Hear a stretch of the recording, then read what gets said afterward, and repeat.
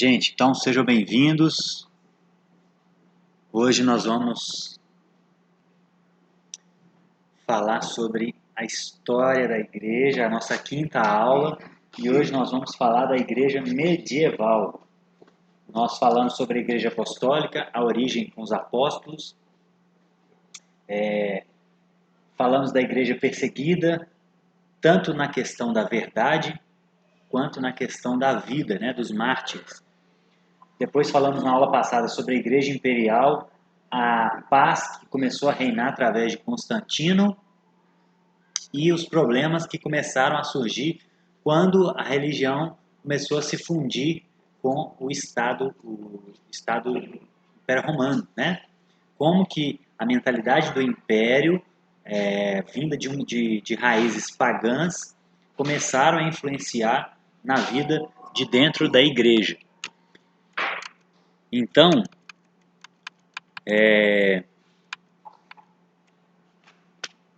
hoje nós vamos entrar no último período deste módulo. Em maio nós vamos continuar estudando desde o Renascimento até os dias de hoje. Se vocês quiserem ficar fora do negócio nas pontas, viu, gente?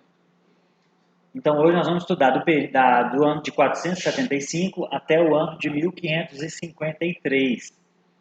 Porque 475 é a data que finda o Império Romano, como a gente viu na aula passada. O Império Romano acaba no Ocidente.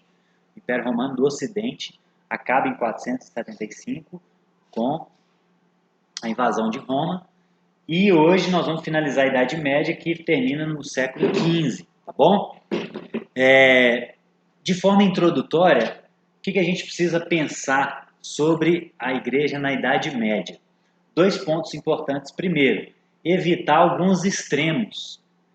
É muito comum quando a gente vai estudar a história da igreja, e é muito nítido quando você começa a ouvir algumas aulas, alguns extremos, por exemplo, de protestantes e iluministas, ou seja, protestantes todo mundo sabe, mas iluministas são aquelas pessoas, geralmente ateus, que têm uma visão muito negativa, não só da Idade Média, mas da igreja como um todo, independente da igreja, Então é muito comum, principalmente protestantes também, enxergam só os lados ruins que aconteceram na Idade Média e não percebem as coisas boas. E por outro lado, o romantismo de alguns grupos católicos também, que fecham os olhos para algumas coisas ruins que também aconteceram na Idade Média. Então, por exemplo, na questão da Inquisição, eu ouvi várias aulas de alguns padres que muitos deles até aprovam o que aconteceu. Tentam omitir alguns dados, alguns fatos e tentam aprovar, tentam justificar o que aconteceu, Então isso é problemático. Por outro lado, alguns protestantes e iluministas não veem as coisas boas que aconteceram na Idade Média também, por causa desse ranço, não só político, mas religioso também.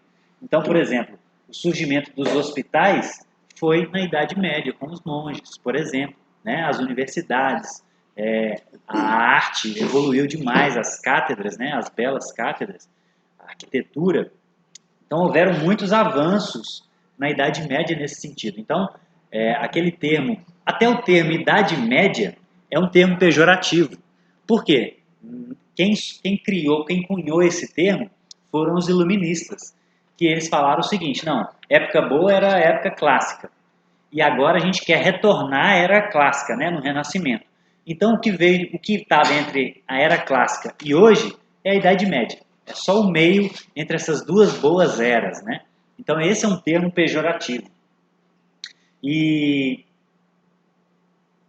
aí existem esses problemas que a gente tem que tentar evitar. Esse romantismo de alguns católicos e esse excesso de pessimismo de protestantes e iluministas, tá bom? E eu acho que a gente pode fazer uma análise da seguinte forma da Idade Média. Por exemplo, dividir uma análise teológica e uma análise social. Eu acho que é mais justo fazer isso. Então, olhando teologicamente, eu percebo também um declínio. Houve problemas e houve desde Constantino, desde o início da junção de igreja e Estado. Então foi um problema. Nesse sentido, foi sim trevas. Existe esse termo, idade das trevas. Então, nesse sentido, eu vejo um declínio. Porém, no sentido social, a gente vai ver que quando o Império Romano cai no Ocidente, os bárbaros estavam invadindo o Império Romano. Então começou a surgir desordem social. A única instituição que ficou de pé foi a igreja. Né? E nessa época já estava muito intrincado a igreja e Estado e já estava surgindo a ideia de igreja católica romana. Então, foi uma única instituição que sustentou, em grande parte, um pouco de ordem na Idade Média. Né? Com os franciscanos também, com as ordens mendicantes também que surgiram, foram importantes para a sustentação dessa ordem. E a questão do cuidado, houve um cuidado com os pobres, né? Essas ordens mendicantes, os dominicanos, que nós vamos ver, depois vieram os franciscanos. Essas ordens trouxeram um pouco de estabilidade, um pouco de cultura e um pouco de cuidado com os mais necessitados, que provavelmente imperadores não iriam dar esse cuidado. Né? Então a igreja cuidou, né? Os franciscanos, os dominicanos cuidaram. E na área da ciência também, por incrível que pareça, essa crítica é mais comum dos iluministas, mas na Idade Média que foi lançada a base da revolução científica, com Copérnico, com Galileu, com Francis Bacon. Tudo veio da Idade Média, em grande parte por causa exatamente da cosmovisão cristã de enxergar o mundo como um mundo ordenado que pode ser investigado, né? Que tem uma mente por trás dele. Então isso foi importante para o surgimento da explosão da Revolução Científica, inclusive da criação de várias faculdades, universidades, todas elas eram cristãs em sua origem. A faculdade de Oxford, a faculdade de... aquela mais famosa, Harvard, todas elas eram cristãs, surgiram como faculdades teológicas. Depois, o secularismo, né, foi tomando e desvirtuou tudo. Então, hoje em dia, a gente tem universidades teológicas com professores ateus. Né? Então, isso é um fato. Mas, então, a gente, de forma introdutória, é isso, gente. A gente tem que tentar evitar esses excessos, tá bom? E enxergar a história, tentar de enxergar a história de forma um pouco mais imparcial possível. Né? Claro que a gente não consegue ser totalmente imparcial. Boa noite, gente. Mas a gente tem que tentar evitar esses extremos, tá bom? Então, um dos primeiros pontos que aconteceram no início já da Idade Média, no início do século VI, foi aquela questão que estava acontecendo, que eu falei. O Império Romano caiu no Ocidente, então tinha muita desordem. Então, o papado mais o monasticismo, né, as ordens monásticas, foram responsáveis por um pouco de estabilidade social, política e moral nessa época, tá bom? Então isso foi importante. E a primeira ordem que surge são os beneditinos. Por quê? Porque existia uma diferença de visão das ordens orientais e das ordens ocidentais. Então, por exemplo, lá no Oriente, os monges orientais, eles focavam muito no castigo do corpo. Por quê? Lembram que o Oriente tem muita raiz grega e os gregos viam o corpo, o mundo físico, como algo inferior. Então era comum os monges gregos, os monges do Oriente, darem mais ênfase ao mundo espiritual. Então, flagelar o corpo. Por quê? Porque eles viam isso como algo inferior. Já os monges do Ocidente, um deles foi o Bento de Núrcia, né, que deu origem aos beneditinos, ele enxergava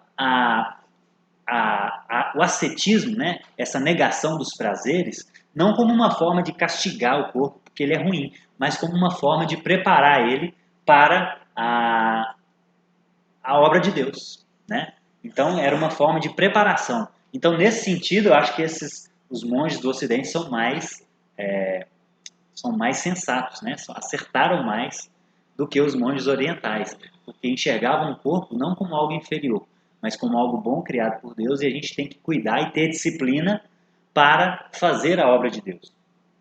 E ele tinha algumas ordens que ele seguia. Primeiro, a permanência. Os monges tinham a tendência de entrar numa ordem, E aí, se ela começa a apertar o calo dele, eles mudavam de ordem. Por quê? Por causa de uma questão de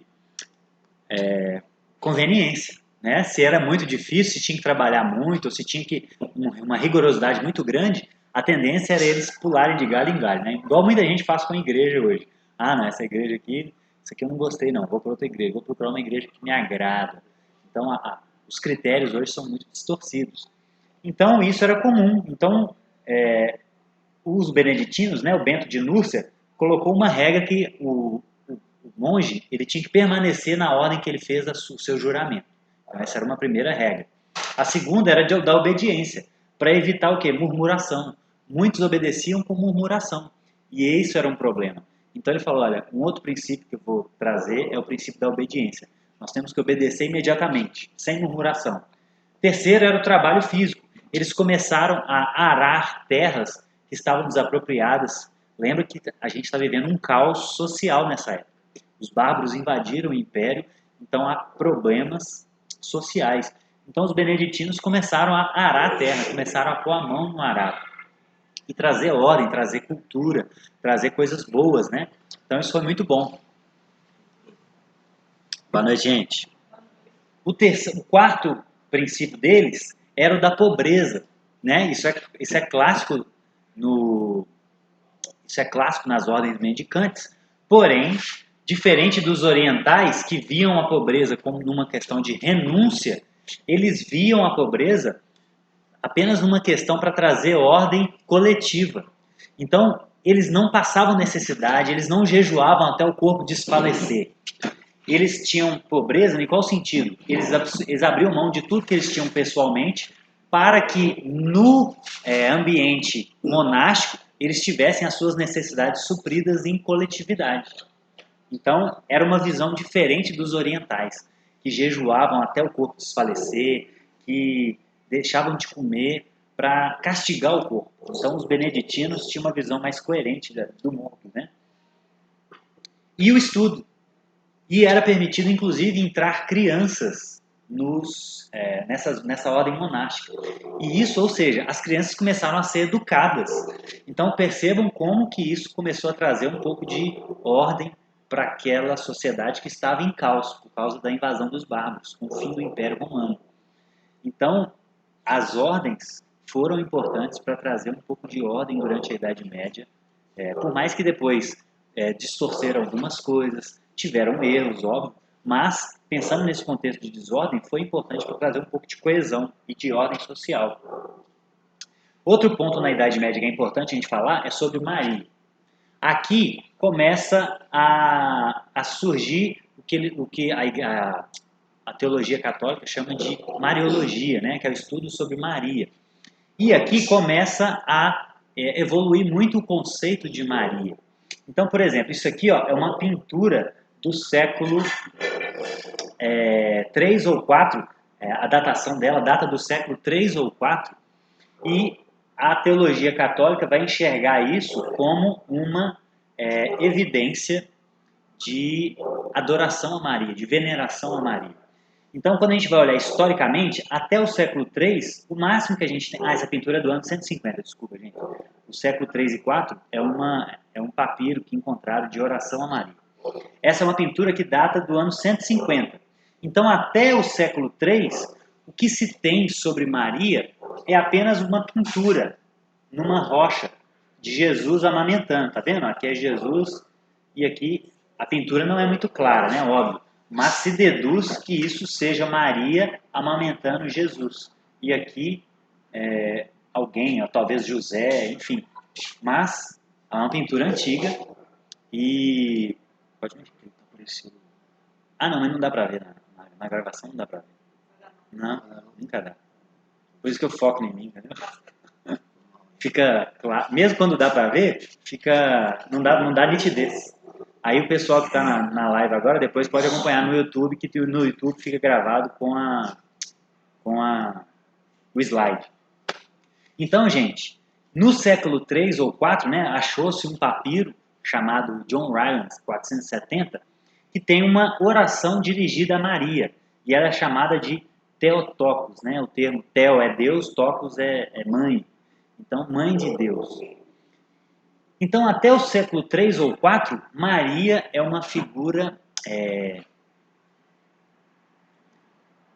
desconhecida na literatura, nas citações. Né? A gente vê Maria na Bíblia e depois não se tem mais o século I, o século II, até o século III.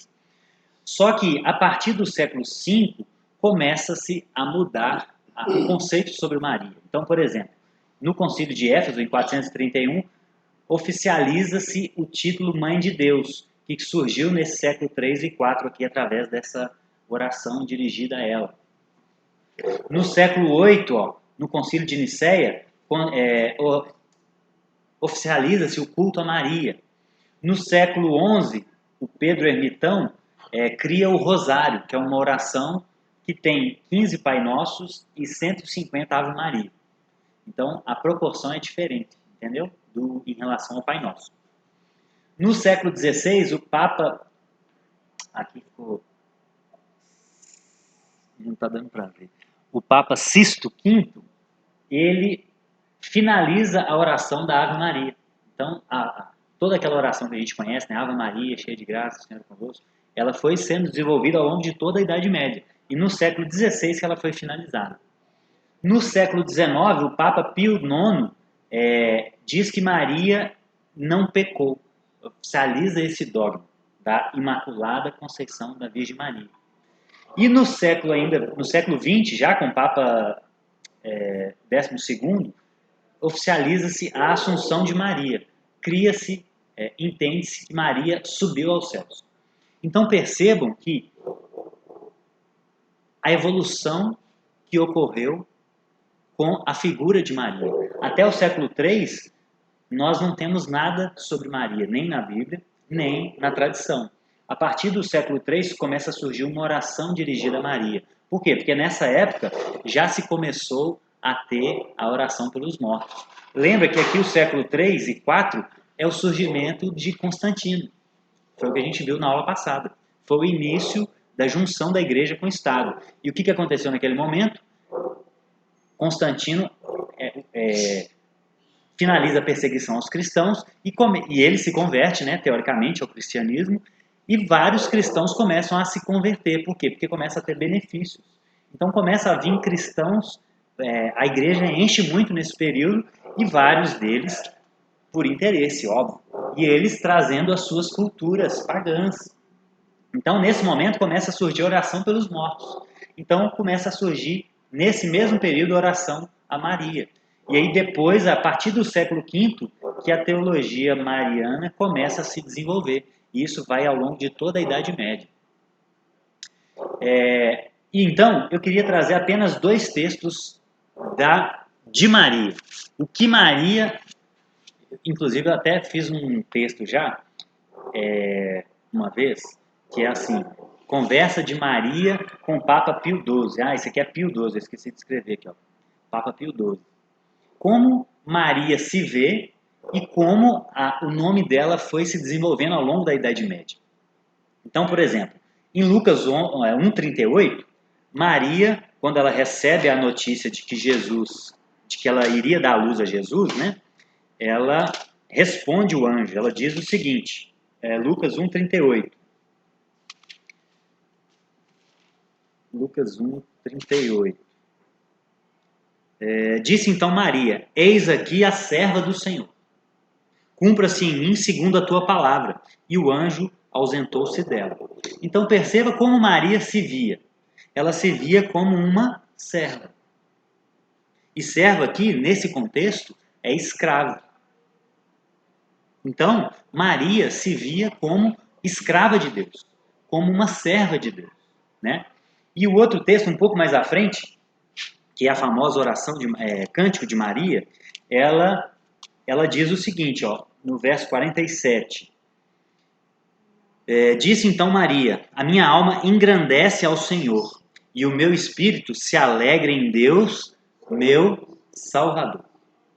Então Maria se via, primeiro, como serva de Deus, e não como mãe de Deus, né? Num sentido Ela é mãe de Deus? Em um sentido, sim, ela é mãe de Jesus, Jesus é Deus, logo é um silogismo, né? Simples. Agora, o que significa isso? É isso que foi evoluindo a partir do século V. O que significa ser mãe de Deus? Isso foi transformando na Idade Média. Aqui, ó, oficializa no Concílio de Éfeso o título de mãe de Deus, mas o que isso significa que vai mudando. É igual a gente viu na última aula sobre o papado. Os pais da igreja já eram chamados de papas, que é um termo carinhoso para papai, né? Paulo chamava Timóteo de filho na fé. Então Paulo era pai de Timóteo na fé. Então isso era um termo comum. Agora, o que esse termo papa foi se desenvolvendo ao longo daquele período, isso foi se transformando ao longo do tempo. Foi a mesma coisa que, olha, Maria enxergava Deus como o salvador dela. Então pensa comigo, em um contexto judaico-cristão, eles criam na queda, no pecado original. Então, quem necessitava de Salvador era quem se via como um pecador. E Jesus, pelo contrário, Jesus, como ele se via como Deus, ele não dizia que Deus era o Salvador dele. Jesus dizia que ele veio salvar o mundo, né? Entregar a vida por todo aquele que nele crê, para que não pereça. Então Maria se via como serva e Maria se via como pecadora. Por quê? Porque Deus é o salvador dela. E só precisa de salvação quem tem pecado. Então eu quis só trazer esses dois textos para a gente contrastar como que a visão sobre Maria se transformou ao longo da Idade Média. Diferente do que a própria Maria se via. Maria se via como serva e Maria se via como pecadora, porque ela chamou Deus de meu Salvador. Então ela tinha consciência de si mesma. E aí a gente precisa, isso vai ser uma das conclusões que a gente teve na próxima aula, inclusive, na aula passada, inclusive, né? Nós vamos chegar à conclusão seguinte: quem a gente deve acreditar? O que é mais seguro? O que Maria via sobre si ou o que a tradição ao longo dos anos entendeu sobre Maria, né? Então eu acho mais confiável acreditar na própria Maria, né? Como ela se via. E até o século IV, 3 e 4, não existe nada dos pais da igreja falando sobre a intercessão de Maria. Enfim, isso tudo foi sendo desenvolvido a partir do século V. Mas ela é uma figura central na fé cristã e por isso é importante a gente tocar nesse assunto, principalmente sobre a questão da Idade Média. Outro ponto que surgiu no século VI foi Maomé. Agora a gente já está no século VI e lá em Meca nasce um homem chamado Maomé. E Meca era uma região lá aqui, ó, Meca está aqui, ó. Aqui é o Mar Vermelho, aqui é o Egito, né? Aqui é o Mar Vermelho, e Jerusalém está um pouco aqui mais ou menos, ó. E Meca está aqui. Então é nessa região do Oriente Médio. Meca era uma cidade que tinha muitas religiões. Existiam politeístas lá, existiam judeus e cristãos. Então Maomé surge nesse contexto de pluralismo religioso. E tinham muitos politeístas e muita idolatria lá, inclusive. E aí, em 610, com 40 anos, segundo a tradição islâmica, Maomé estava numa caverna meditando e ele recebe uma revelação, supostamente, do anjo Gabriel. Segundo a crença deles, era o anjo Gabriel. E ele começa a receber essas revelações de Alá. Né? Alá é o termo árabe para Deus. Não é isso, Léo? Léo é árabe. E Alá significa Deus em árabe. Então, na cabeça dele, era o Deus criador. Né? Então, ele começou a receber essas revelações e Deus supostamente falou com ele, olha, vá e prega contra a idolatria. Vá e prega contra os desvios, inclusive, que os cristãos fizeram.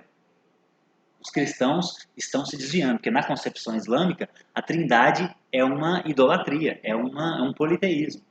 Então, na cabeça de Maomé, os cristãos e os politeístas todos estavam errados. E ele deveria pregar a nova religião. E aí ele começa as suas pregações, no ano 610, lá em Meca. E, inicialmente, ele tem muita rejeição. Por quê? Assim como Paulo enfrentou em várias cidades, lá naquela confusão lá com a deusa Artemis, a pregação monoteísta prejudica o negócio politeísta. Por quê? Venda de imagens é muito lucrativo.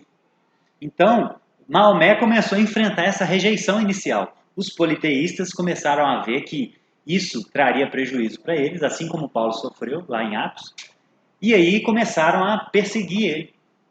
E aí ele vai para Medina, ele foge para Medina, se exila em Medina. E nessa época, começa, segundo alguns autores, analisando o Alcorão, aqui surgem os versos pacíficos de Maomé, porque até então ele estava sendo perseguido. Então todos os versos pacíficos do Alcorão surgem nesse momento aqui, ó, entre 610 e 622, quando ele vai para Medina, refugiado, né? E aí ele vai para Medina e continua a sua pregação lá em Medina, que é aqui um pouquinho mais ao norte, aqui é o Mar Vermelho, ó, e lá em Medina ele continua a pregar a fé islâmica. Islamismo significa submissão, então ele começa a pregar submissão a Alá, a religião pura, né? E aí, aqui nesse momento começam a surgir os versos de espada, que são os versos da Jihad, que é a guerra santa do islamismo. Então alguns conseguem perceber essa diferença aí de versos no Alcorão e dividem dessa forma. Os versos pacíficos, quando ele estava lá sendo perseguido, e os versos da espada, quando ele já estava por cima, né, com um exército. E aí, quando ele forma esse exército, em 622, ele volta para Medina e domina a cidade. Então, ali começa a expansão do islamismo. Ele começa pela cidade natal dele. E, gente, quando ele vai para Medina, aqui que começa o calendário muçulmano. Os muçulmanos, eles marcam o tempo deles com essa viagem de Maomé a Medina. Então, eles estão no ano 1401. Esse é o calendário islâmico. Eles estão no ano 1401, do dia que Maomé foi para Medina. Gente, se tiver dúvida, pode perguntar. A gente está fazendo as perguntas no final, mas dúvida, pergunta na hora, porque senão a gente não... Tá bom?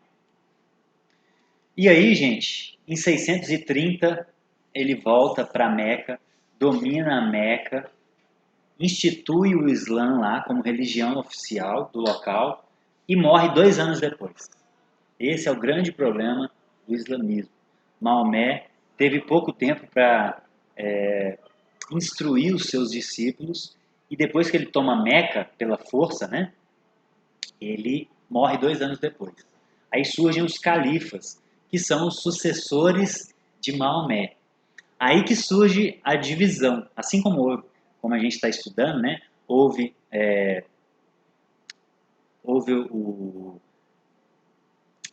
a divisão, nós vamos estudar mais nessa aula, na verdade, em 1054. Mas no cristianismo também houve divisão, né, do Ocidente para o Oriente, em 1054, depois vem a Reforma Protestante, e dos protestantes em muitas denominações. Então, a divisão é normal em todas as religiões, por causa dessa diferença de pensamento. E com os muçulmanos não foi diferente. Alguns califas acreditavam que os sucessores de Maomé tinham que ser por sangue. Outros acreditavam que tinham que ser por como se fosse uma eleição, né, Léo? E aí surgem as diferenças dos sunitas e dos xiitas. Os xiitas são a minoria, são 20% dos muçulmanos, e os sunitas são a maioria. E, inclusive, os xiitas são injustiçados, porque os mais radicais são os sunitas. Osama Bin Laden é sunita, o Estado Islâmico é sunita. Então, eles são a maioria no islamismo. Quase numa mesma proporção como é no cristianismo, hoje em dia, né? 80% católico romano, 20%, 30% de protestantes. Então, é basicamente a mesma divisão. E aí, gente, começa a expansão do islamismo. Eles tomam Meca em 630. Em 635, eles tomam Damasco, que é uma região importante, que era cristã já há séculos e séculos. Em 638, eles tomam Jerusalém, está um pouco aqui embaixo. Em 640, eles tomam Cesareia, acho que está um pouco aqui mais... Não, Cesareia é aqui no Oriente. Em 651, eles já têm o domínio de todo o Império Persa. Em 651. Em 21 anos, eles já têm o domínio de todo o Império Persa. Porque, contrariamente ao cristianismo, a igreja crescia sob perseguição, até Constantino. O sangue dos mártires era a semente da igreja. O islamismo cresceu pela imposição, diferente. Eles chegavam lá, dominavam, quem não se submetesse, né, submissão, né, Islã, quem não se submetesse morria, quem se submetesse virava escravo, ou se fosse homem, as mulheres eram tomadas para procriar, né, algo que eles são mestres em fazer. Inclusive a religião que mais cresce é o islamismo, e daqui a uns anos, se continuar assim, vai passar o cristianismo. Porque eles crescem muito por questão de multiplicação, não pela evangelização. De estratégia. E de estratégia, exatamente. E já começa a pensar aí na estratégia da pizza, porque encheu. Viu? Então, gente, o islamismo começou a dominar toda essa região onde era cristã. Aí vai começar muitas das bagunças da Idade Média. E aí a gente entra num próximo período, que a gente já está mais ou menos no século 8 e 9. Até aqui o Islã já estava se desenvolvendo bastante, muito influente. Surge um homem chamado Carlos Magno. E surge o período do reinado carolíngio. O que é isso? Carolíngio, vem de Carlos, né? O reinado carolíngio. O Papa Leão III, gente, coroa esse Carlos Magno a imperador de todo o Ocidente. Isso foi uma tentativa de reavivar o Império Romano, que nessa época, desde 476, ele tinha sido extinto.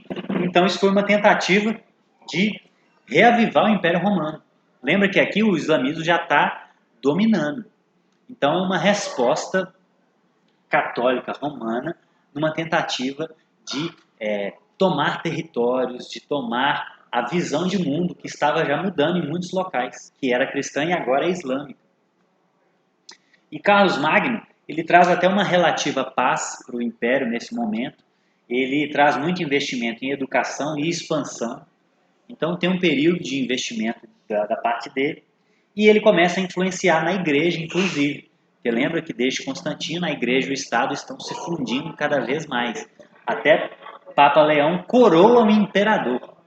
Então seria a mesma coisa que um padre ou um pastor hoje eleger um presidente. Imagina. Eu declaro essa pessoa presidente da República. É mais ou menos isso. Esse era o nível de envolvimento da igreja com o Estado nesse momento. E isso é uma tentativa também estratégica do Papa. Por quê? O papado, como a gente viu na última aula, ele foi ganhando poder ao longo dos anos. Do século 3, 4 para frente, ele foi ganhando poder. E nessa época foi o auge do papado. Por quê? Ele queria mostrar o seguinte: eu tenho autoridade para nomear um imperador. Então foi uma jogada de mestre. O imperador, imagina a situação do Carlos Magno. Poxa, será que eu rejeito o cargo e perco o cargo? Se eu rejeitar, eu vou rejeitar o cargo, mas aí eu vou falar que pelo menos ele não tem autoridade para me instituir como imperador. Mas aí eu vou perder o cargo. Então ele achou melhor aceitar o cargo e aceitar a submissão de autoridade do Papa, né? Eu vou aceitar o cargo, vou ser o imperador. Ao mesmo tempo ele comunicou para todo mundo que o Papa era superior a ele. Então o Papa Leão III foi genial nessa jogada, né? Política, estratégica. E aí, gente, ele começa isso que eu já falei, né? Que houve uma breve paz nesse momento, houve um período de prosperidade nesse momento do Império, e ele começa a influenciar na igreja, ele começa a nomear bispos.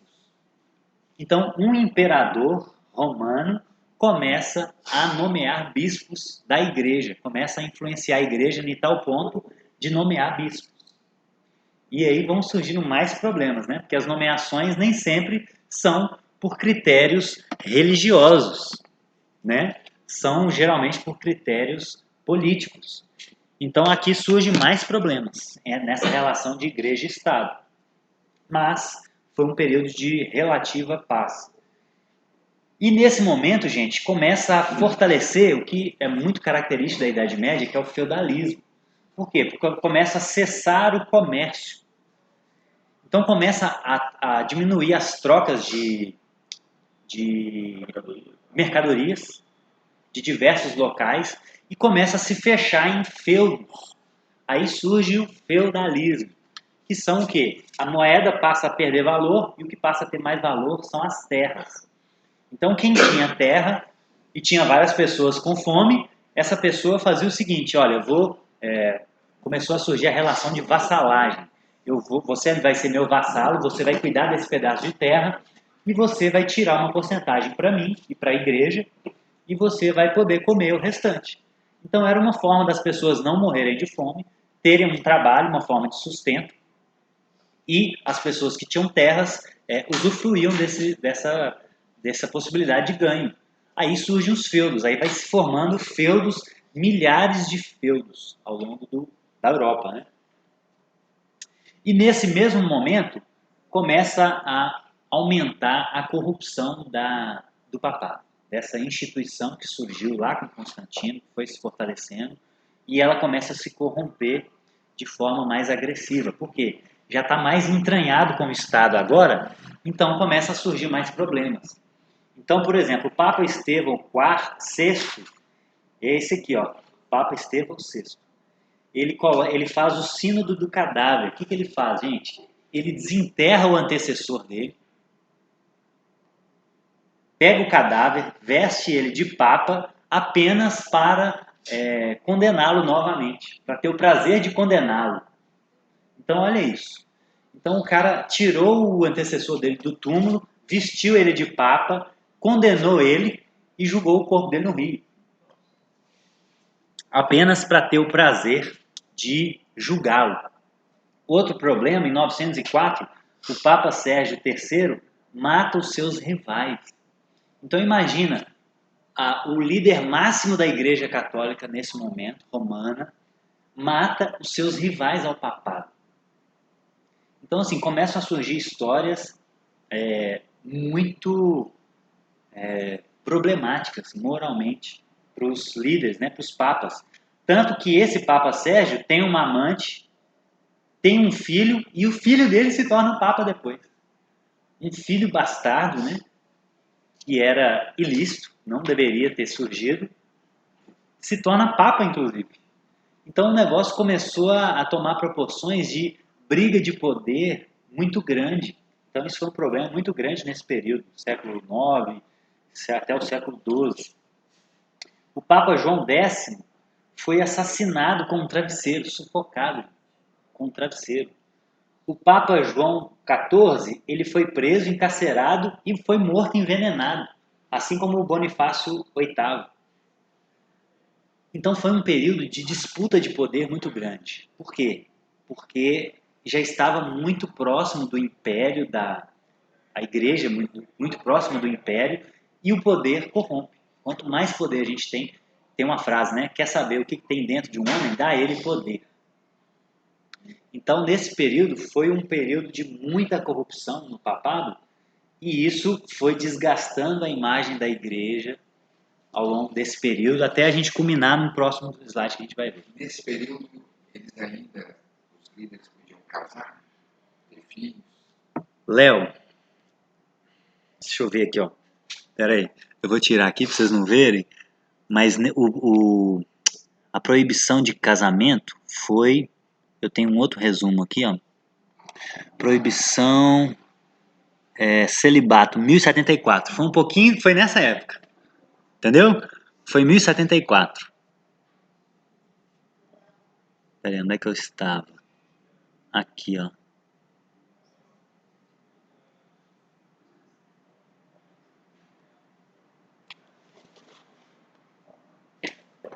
Então aqui, ó, o problema não foi o fato dele estar casado, mas foi ter filho com uma amante, né?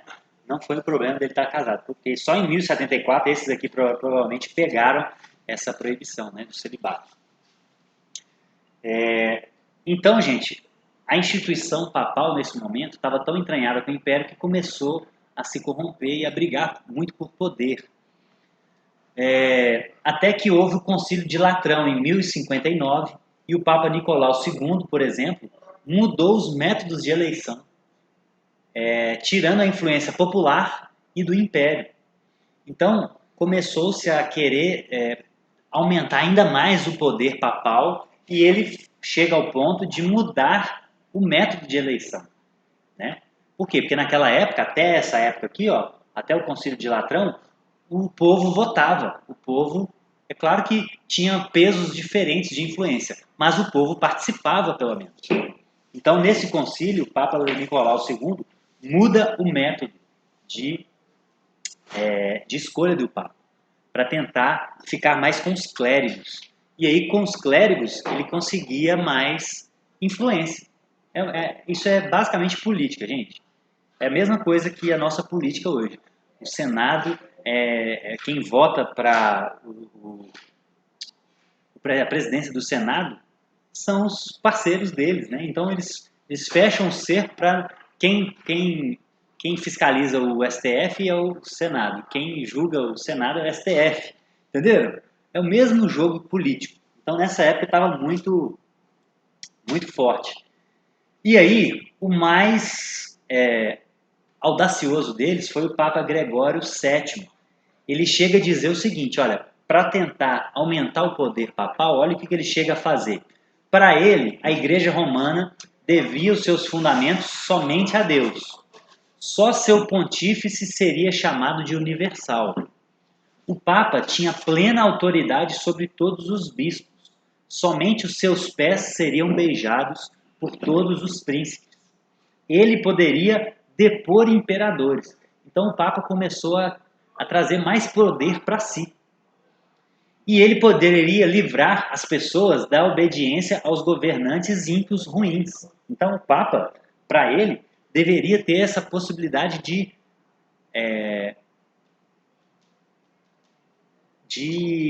livrar as pessoas. Então, se tivesse um imperador tirano, ele tinha capacidade e autoridade para livrar essas pessoas da mão do imperador romano, né?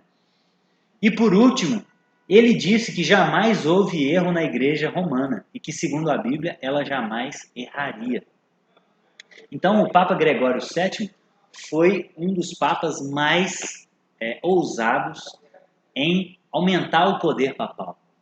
Então, a ponto de fazer todas essas mudanças, junto com Nicolau II, que já tinha mudado o método de eleição lá no Concílio de Latrão. Então, o papado nesse período foi o máximo de poder e corrupção, por causa dessa busca por poder, né? Então foi um período muito... Por isso que os iluministas vão chamar a Idade Média de Idade das Trevas, por causa desses problemas, né? E aí a gente culmina tudo isso, com todo esse problema dentro da igreja, e isso culmina no grande cisma do Oriente, que foi em 1054. E essa briga entre o Oriente e o Ocidente já era muito antiga. Por exemplo, os orientais acusavam os ocidentais, né, a Igreja Romana, a Católica Romana, de mudar o credo niceno. O credo niceno dizia Espírito Santo que procede do Pai. Esse era o credo niceno. Aí os ocidentais, os papas ocidentais, acrescentaram e do Filho. Então, os patriarcas orientais começaram a brigar com os papas ocidentais, porque os orientais são chamados de patriarcas. Eles começaram a brigar com os ocidentais por causa desse acréscimo no credo niceno. E aí, quando Carlos Magno é coroado lá, um pouquinho atrás que eu falei, eles começam a acusar os papas de usurpação de poder. Poxa, vocês estão nomeando imperadores? Como assim? Lembra de Tertuliano, que era um pai da igreja oriental? E ele que disse, olha, o que tem a ver Atenas com Jerusalém? Então não vamos influenciar nessas coisas de Roma, dos gregos, não. Então os orientais sempre foram avessos a essa proximidade muito grande da igreja com o Estado. Então quando um imperador, quando um papa como se diz, quando um papa nomeia o imperador, isso para eles é um absurdo.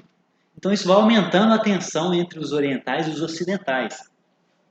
E outras diferenças, por exemplo, os papas ocidentais, eram mais ligados a assuntos práticos da vida eclesiástica.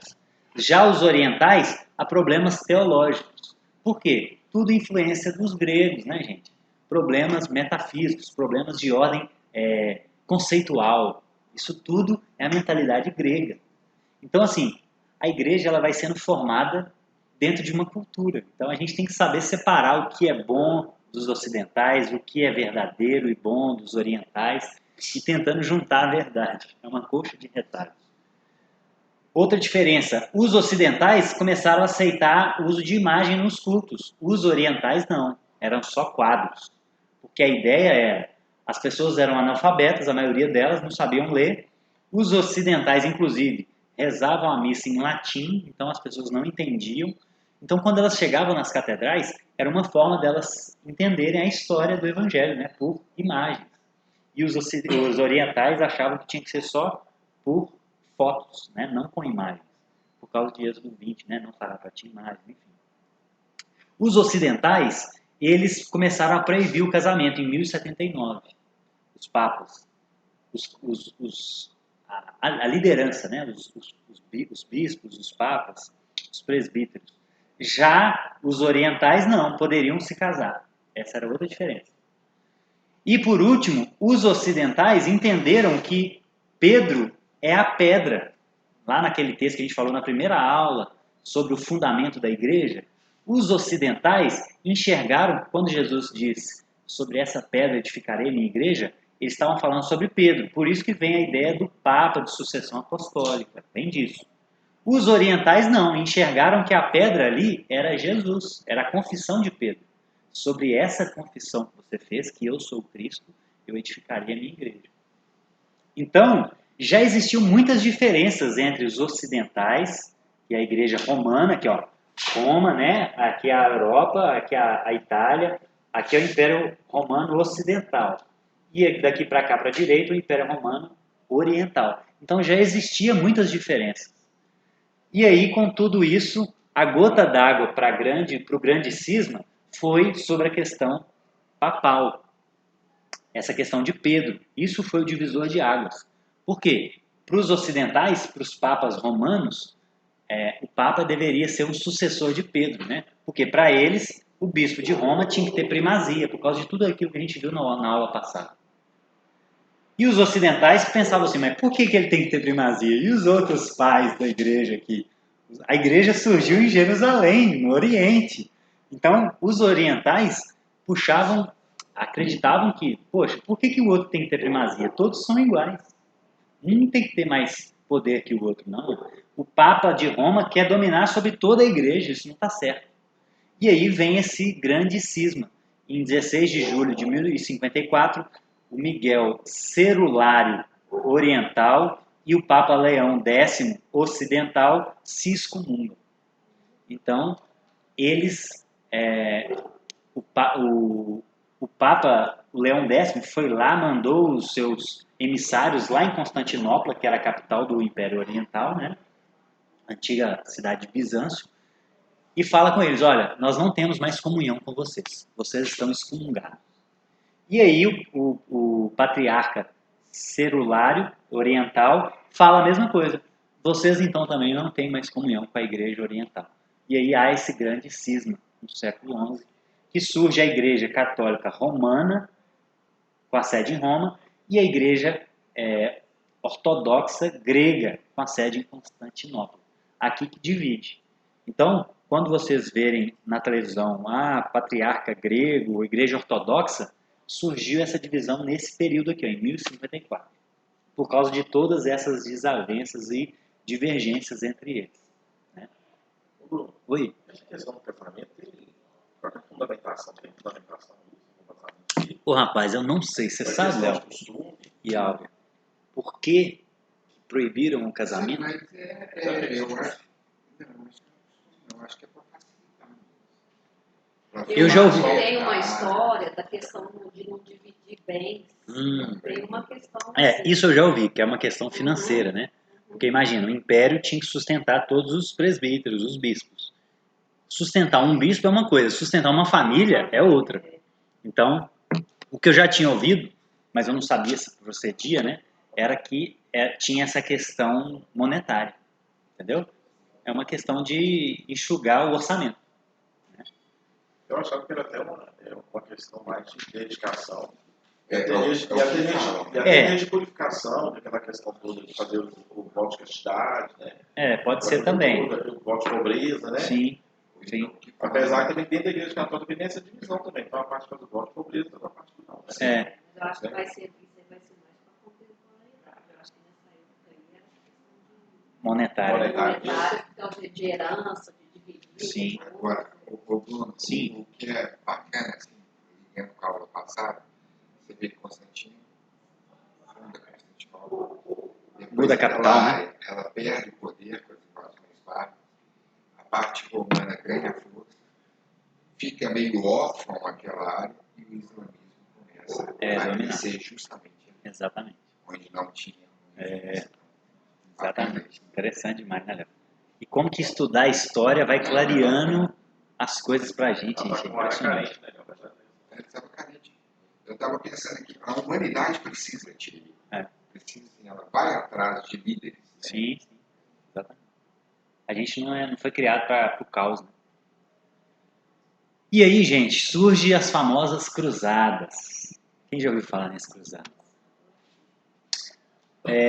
Bom, todo assunto que a gente for falar, estudar história, às vezes eu acho confuso, porque quando entra num outro assunto, aí volta um pouco na história, por quê? Porque tudo tem ligação. Então, para falar do grande cisma, teve que voltar lá no Credo de Nicéia, em 325. Por quê? Porque o que culminou isso é um processo histórico. Então, quase sempre as coisas acontecem gradativamente, como a gente viu a questão do papado, como a gente viu a mudança da visão de Maria. Tudo é gradual. As cruzadas é a mesma coisa. Nada surge do nada, sem um contexto assim. Então, desde o século IV, as peregrinações a Jerusalém já existiam. Por quê? Porque Jerusalém é o berço das 3 religiões monoteístas. Então, até o século IV, eram judeus e cristãos que ansiavam por Jerusalém. E ela se tornou mais desejada porque, na Idade Média, com a evolução do papado, os papas começaram a colocar como algumas penitências viajar a Jerusalém. Então, lembra da penitência? É um pagamento, não é isso? A pessoa faz a sua confissão e aí o padre dá a penitência, que é um pagamento daquela dívida que ela vai fazer para expiar os seus pecados. Então, uma das penitências que começou a surgir na Idade Média foi ir a Jerusalém. Então, as viagens começaram a ser mais desejadas. Em 638, o islamismo toma Jerusalém. Porém, os muçulmanos ainda permitiam a visita. Eles só dominavam, cobravam imposto, cobravam taxa, mas podia entrar cristãos nessa época. Mas eles já estavam lá dominando, em 638. No século XI, aí que o problema aumenta. Os turcos seljúcidas invadem, tomam Jerusalém e agora eles são mais agressivos. Esses turcos aqui, ó, inclusive os turcos otomanos que vão destruir o Império Bizantino, Constantinopla, que vai terminar a Idade Média. Os turcos são muito agressivos. Então esses aqui, ó, seljúcidas, eles tomam Jerusalém e começam a aumentar o perigo. E aí, com mais perigo, tanto na viagem com ladrões, quanto lá em Jerusalém com os turcos, que eram muito perigosos, começam a surgir os viajantes armados. Então as pessoas começavam a peregrinar a Jerusalém, não mais com as suas Bíblias, mas com uma Bíblia e uma arma, uma espada. Por quê? Porque chegando lá, não sei o que eu vou encontrar. E aí, gente, em 1095, esse patriarca oriental, Aleixo Comeno, lá da cidade de Bizâncio, ele pede ajuda para o Papa, porque ele estava tendo problemas com os turcos, lá em Jerusalém. E lembra que Constantinopla está mais perto de Jerusalém do que Roma. Então ele pede ajuda para o Papa de Roma. Eles já estavam excomungados, mas a necessidade falou mais alto. Então ele pediu ajuda para o Papa. E o Papa dessa época era o Papa Urbano II. O Papa Urbano II fez um discurso, que essa foto do fundo aqui, ó, é o Papa Urbano fazendo o discurso, chamando o povo para a cruzada, a primeira cruzada, que aconteceu em 1097. E aí, olha o que esse Papa disse. Cristo está mandando todos os que forem lá e perderem a sua vida na luta contra os pagãos, terão perdão imediato de seus pecados. Isso eu concedo a todos os que marcharem, em virtude do grande dom que Deus me tem dado. Então, lembra do islamismo? O que a Jihad fala? Que se a pessoa morrer em guerra, ela vai ter 70 virgens no céu. Não é isso? Isso é a promessa da Jihad. Então, quem morre defendendo o Islã já é salvo automaticamente, porque para o islamismo tem 2 anjos anotando tudo que você faz na sua vida. Coisas boas, um anjo anota, coisas más, o outro anjo anota. Então, no juízo final, Alá vai pesar essa balança e vai ver se tem mais coisas boas ou mais coisas ruins. Se tiver mais coisas boas, você vai para o paraíso. Se tiver mais coisas ruins, você vai para o inferno. Então, para o muçulmano, morrer pela fé, esquece a balança, você já está salvo. Entendeu? Essa é a ideia. E aí parece que o Papa, nessa época, adota essa mesma ideia e começa a falar para os cristãos: se vocês morrerem nas cruzadas, vocês já estão salvos. Né? Então, aí a gente já vê o problema maior ainda, porque imagina essas pessoas que morreram e não foram salvas. Imagina o Urbano II diante de Deus prestando contas dessas vidas que ele falou que ele salvaria, ou que Deus salvaria pela autoridade dele. Olha o problema, gente. Olha o problema sério que isso foi causando, essa aproximação do poder imperial e do poder papal, o que isso foi gerando de problemas para a igreja. E aí ocorreu a primeira cruzada em 1097, no século XI. Essa foi a primeira cruzada. E o que aconteceu? Os cristãos ganharam. Dominaram Jerusalém. Porém, 1099, ela terminou em 1099. Na segunda cruzada, os muçulmanos, em 1149, já dominam novamente Jerusalém, já ganham de novo. E aí houveram 8 cruzadas, em 1190, em 1204. Em 1212, teve a cruzada das crianças. Olha isso, gente. Acreditava-se que apenas, tipo assim, a gente perdeu tantas vezes, é porque está indo lá pessoas pecadoras. Então o que a gente tem que fazer? Levar crianças, porque elas têm a alma pura e elas vão conseguir subjugar os inimigos. E qual foi o resultado? Milhares de crianças morrendo de fome, de frio, no caminho, porque não suportaram, né? Era muito longe, sair de Roma até Jerusalém era muito longe, foi a viagem que Paulo fez. Era mais de 2.800 quilômetros de mar, de estrada, nas condições daquela época, imagina, não era avião. Então morreu muita criança, infelizmente, né, no caminho. Não foi uma tentativa concluída, por isso que ela não entrou na conta de uma cruzada. Aí teve 1221, 1229, 1250, 1270 e em 1271 os turcos dominam lá de novo e acabam as cruzadas. Acabam em 1291. Então tiveram 8 cruzadas. E a ideia da cruzada, gente, lembrando lá daquele primeiro slide, daqueles exageros, um dos exageros dos iluministas, dos secularistas, é apenas ver o erro. Foi um erro? Foi. Por quê? Porque a fé cristã ela não age pelo domínio. Foi um erro. Porém, eles estavam reagindo. Quem atacou primeiro foram os muçulmanos. Eles dominaram Jerusalém. E eles que estavam impedindo os cristãos de frequentarem a cidade que nasceu Jesus. Olha isso, é um absurdo. Então, a tendência desses grupos é ver apenas o lado ruim. Mas as cruzadas foram uma resposta e não um ataque. Então, tem que observar todo esse lado e todo esse contexto também, né, para fazer um julgamento justo. Julgar de longe é sempre difícil, mas a gente for tentar fazer algum julgamento, tem que ser o mais honesto possível, né? Foram tantas décadas, né? Foi Mais de 20 décadas. Foram 170 anos. 170 anos de guerra, de cruzada. Até hoje, planejando, né? Até hoje o pessoal lá daquela região é traumatizado com o cristianismo por causa disso. Dizendo que o cristianismo matou muita gente. Então, esse ranço, até hoje, os orientais lá, esses países, têm em relação ao cristianismo. E com razão, né?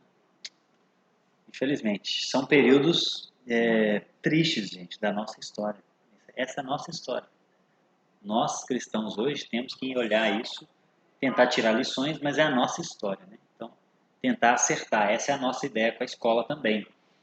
Então, gente, com todos esses problemas papais, com toda essa corrupção no papado, vão juntando as coisas aqui, ó. Com toda essa corrupção que começou a acontecer com os papas, com toda essa briga teológica, que houve até divisão, com toda essa guerra de cruzadas, nessa bagunça toda, começam a surgir grupos de revolta. Então aqui são as raízes da Reforma Protestante, que nós vamos ver no próximo módulo em maio. Começa aqui, a mesma ideia. Para a gente falar de revolta, a gente tem que voltar um pouquinho no tempo. Nada surge de uma vez. Lutero não chegou de uma vez e falou, eu vou reformar a igreja. Não foi do nada. Começaram a surgir grupos de revolta. Olha, não olha para trás, não. Está chegando duas pizzas. Com todo esse poder e esses desvios doutrinários que a gente viu, começam a surgir grupos de revoltas. E um deles, por exemplo, lá no ano 1000 já, lembra da aula passada? Já tiveram os donatistas e os monges, já no século IV. A igreja começa a unir com o Estado, alguns cristãos apontam dele e falam, isso está errado, não pode ser assim.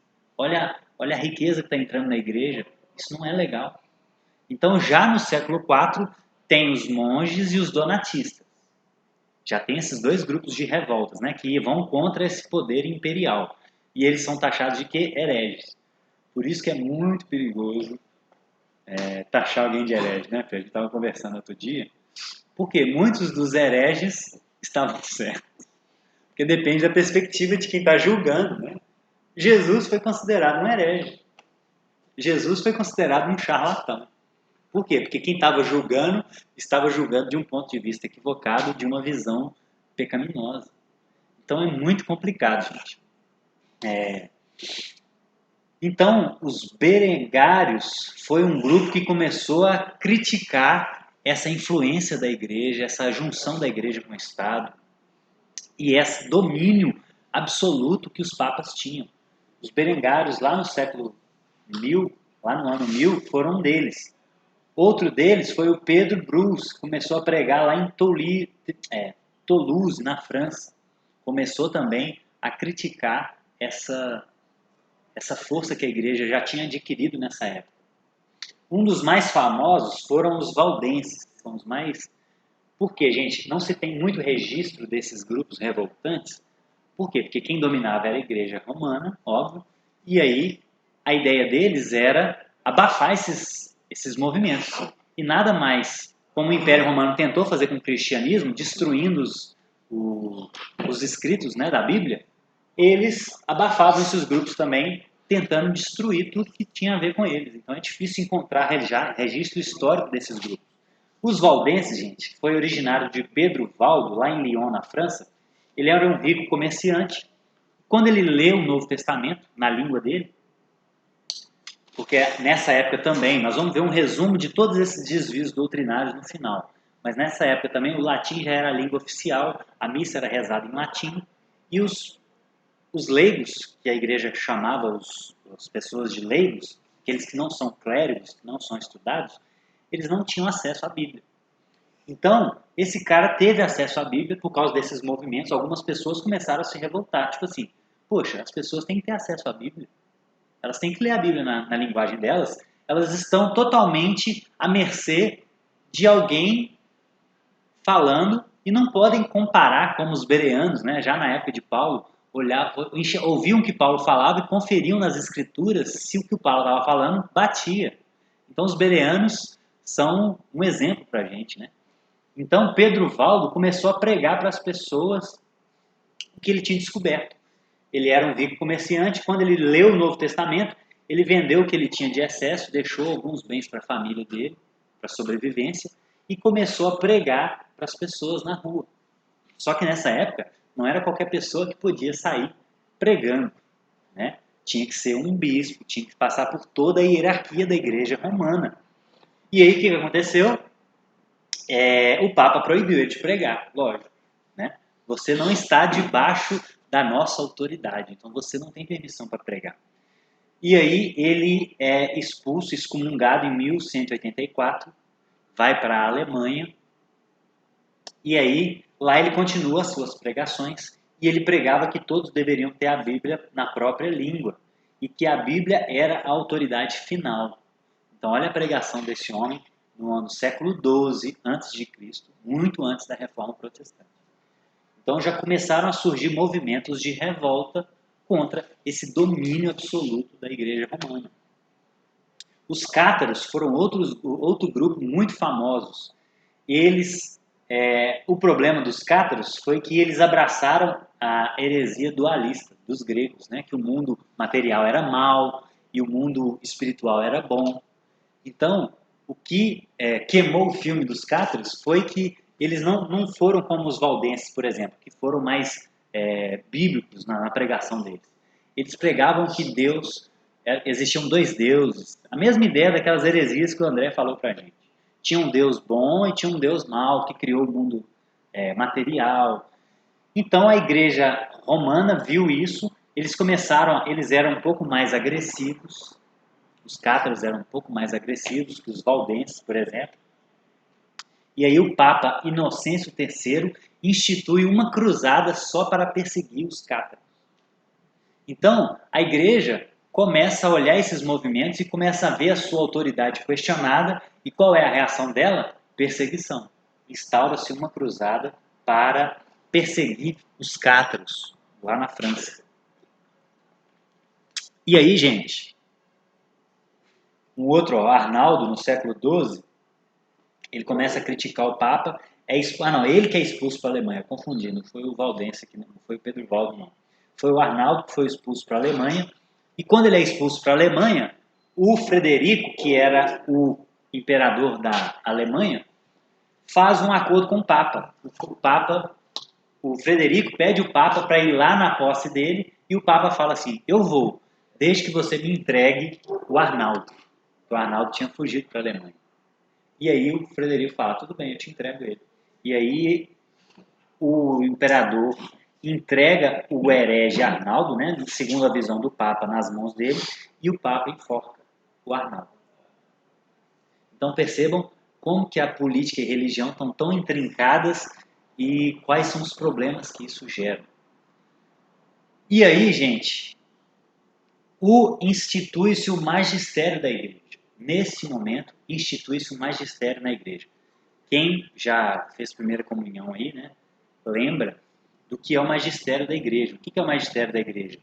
É a interpretação oficial da Bíblia. Isso é o magistério da igreja.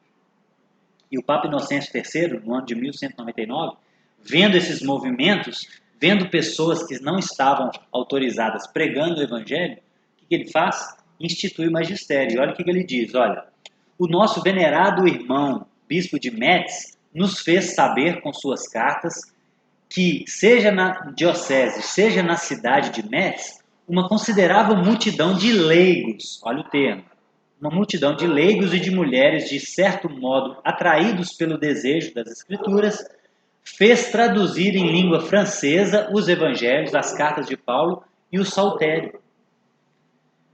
Assim, porém, aconteceu que em assembleias secretas, por que secretas? Porque não eram missas oficiais.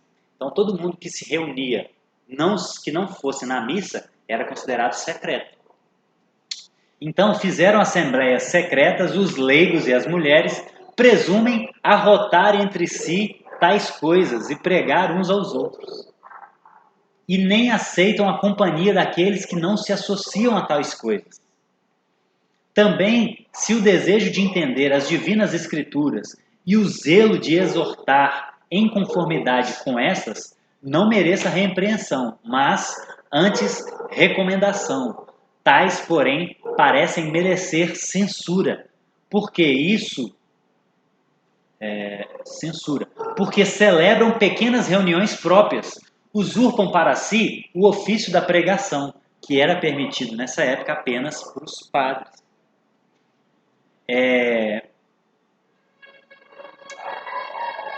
Dado com isso a conhecer de modo manifesto que a pregação evangélica deve ser proposta não em conventículos escondidos, como fazem os hereges, mas publicamente na igreja, de acordo com o costume católico. Os obcônditos mistérios da fé não devem, porém, ser colocados à disposição de todos, sem distinção, dado que não podem ser compreendidos de modo indistinto por todos, mas somente por aqueles que podem acolhê-los com uma inteligência crente. Então, olha só que interessante, gente. O Papa começa a falar o seguinte: as pessoas não podem sair pregando aí, por quê? Porque não tem ninguém da Igreja Católica Romana para ensinar eles a Bíblia.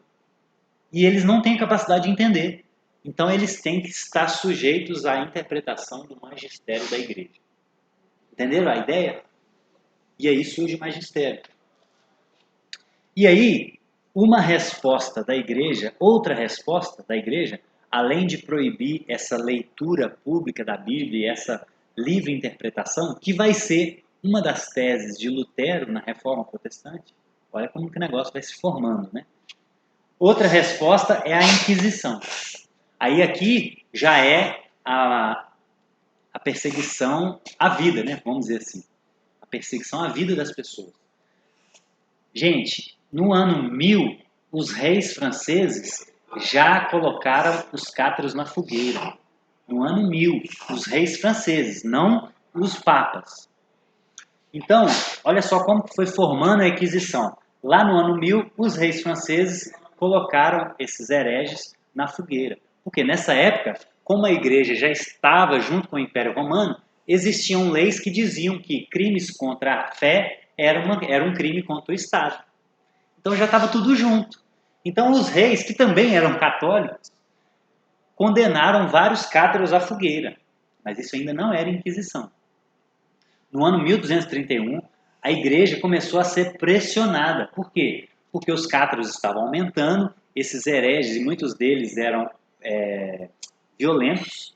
Então, os reis começaram a pressionar a igreja, falar assim: olha, vocês precisam nos ajudar nisso. Isso tem mais a ver com vocês do que com a gente como império. Por quê? São questões religiosas. Tem um viés político? Tem, porque eles causam algumas desordens. Mas tem um viés religioso também. Então vocês precisam nos ajudar. Então a igreja foi pressionada, o Papa Gregório IX institui o Tribunal da Santa Inquisição, no ano 1231. Aqui oficializa-se o início da Inquisição, que vai ser inspirada nessas ações desses reis franceses, seculares, vamos dizer assim, que não são papas, entendeu? E aí, qual que era o objetivo? Inquirir sobre heresias. Por isso, Inquisição. Era inquirir as pessoas sobre heresias. Para quê? Para que elas se convertam ao catolicismo. Então, esse era o objetivo da Inquisição. E o objetivo era arrependimento. E se a pessoa se arrependesse, ela tinha a sua penitência, né? Então, chegava uma pessoa: olha, eu estou com um processo aqui, o André Coelho, ele está sendo acusado de herege. E a acusação era anônima, viu, gente? As pessoas não tinham acesso a quem estavam acusando. Então imagina o problema: um vizinho não gostava do outro e aí acusava: aquele lá é herege. E ele não ficava sabendo quem estava acusando ele. E aí ele chegava lá na Inquisição para ser inquirido, e aí as pessoas perguntavam a ele, os bispos, né? Você é cristão? Sou. Ah, mas aí começa a questionar ele sobre a vida cristã dele. E aí, se ele fosse considerado herege, eles davam oportunidade. Então, você se arrepende? Você aceita a igreja? Você aceita participar da Eucaristia e tal? Aceito. Ah, tá. Então, a sua penitência, como o seu crime de heresia, SSS. Aí ele era solto. Mas quem não era solto, ou quem não queria confessar, existia uma forma para tentar buscar isso, que era a tortura. Então isso aqui é uma roda de tortura medieval. Ó. Isso aqui é um fogo, e a pessoa ia rodando, passava no fogo e ia esquentando, depois aliviava um pouco.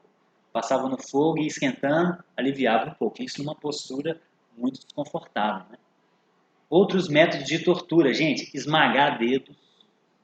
A ideia era apenas gerar sofrimento, não era matar a pessoa a princípio, mas era puxar uma confissão. Então, esmagamento de dedos, até jorrar sangue, quebrar os ossos. Sentar em cadeiras com pregos. Então, existe inclusive museus da Inquisição, de formas de tortura dessa época. São coisas assim, gente, é abismante o nível de crueldade. E aí, a pessoa que, mesmo sob tortura, se ela não confessasse o seu pecado, o seu crime, ela é considerada um impenitente, ou seja, não tem penitência para ele. Ele não se arrependeu, e então ela era punida. Tinha um confisco de bens. E esses bens eram para manter a própria Inquisição, para suprir a própria Inquisição. Tinham prisões perpétuas e tinha a famosa fogueira, né? Tem aqueles filmes das bruxas de Salem que eram queimadas nas fogueiras. Aí aqui há outro exagero. Qual que é o exagero dos iluministas, dos secularistas? Eles dizem que milhões de pessoas foram mortas. Mas não é assim. O Papa João Paulo II, se não me engano, ele abriu todos os arquivos do Vaticano. Tem um livro de 700 e poucas páginas, dessa época, inclusive. E aí se descobriu que o número de pessoas mortas era muito menor do que os ateus falam. Então, esse é um exagero. Porém, a gente também não pode ser romântico, como muitos padres são, como eu falei lá no início, de florear o negócio. Então, assim, foi um negócio muito agressivo, gente. Foi um negócio muito horrível. E, por exemplo, quais eram os crimes que as pessoas cometiam? Crime de magia, crime de ler a Bíblia na língua local, crime de ler o Talmud ou o Alcorão. Isso era o crime dessas pessoas. E esse aqui, o Bernardo Gui, foi um dos maiores inquisidores. Ele julgou 900 casos ao longo de 15 anos. Ele condenou 43 pessoas à morte na fogueira. As pessoas eram queimadas vivas porque leram a Bíblia na sua língua local. Porque na cabeça deles, isso era um atentado à fé. Porque eles tinham a interpretação correta, eles tinham um magistério. As pessoas não poderiam ler a Bíblia por conta própria.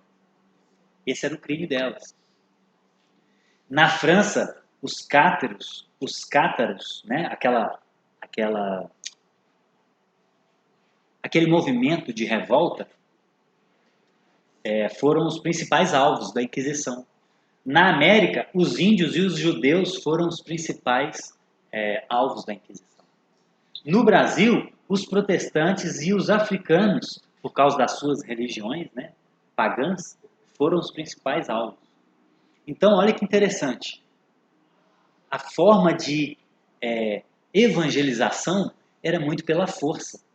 E por isso a gente tem tanto problema hoje na nossa cultura cristã. Por quê? Imagina uma pessoa sendo um africano. Por isso que surgiu o sincretismo religioso, gente. Os africanos vinham para cá, eles adoravam os seus deuses, e aí aqui eles eram oprimidos e falavam, vocês têm que virar cristãos. Ah, tá bom, vou virar então, para não morrer na fogueira. Só que ele não se convertia de fato, era falso. Então ele continuava adorando os seus orixás, mas com uma roupagem católica. Aí que surgiu o sincretismo religioso dos orixás com os santos.